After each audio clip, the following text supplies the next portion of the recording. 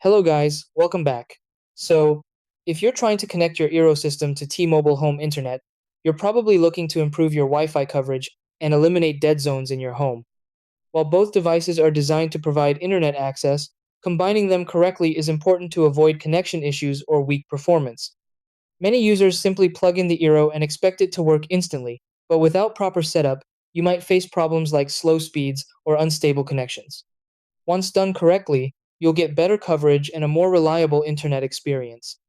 So, in this video, I'll guide you through the exact steps to connect Eero to T-Mobile home internet successfully. Try these. Step 1. Power on your T-Mobile gateway and ensure internet is active. Step 2. Connect the Eero router to the gateway using an Ethernet cable. Step 3. Open the Eero app on your phone to begin setup. Step 4. Follow the on-screen instructions to configure the network. Step 5. Complete setup and add additional Eero units if needed. Step 6.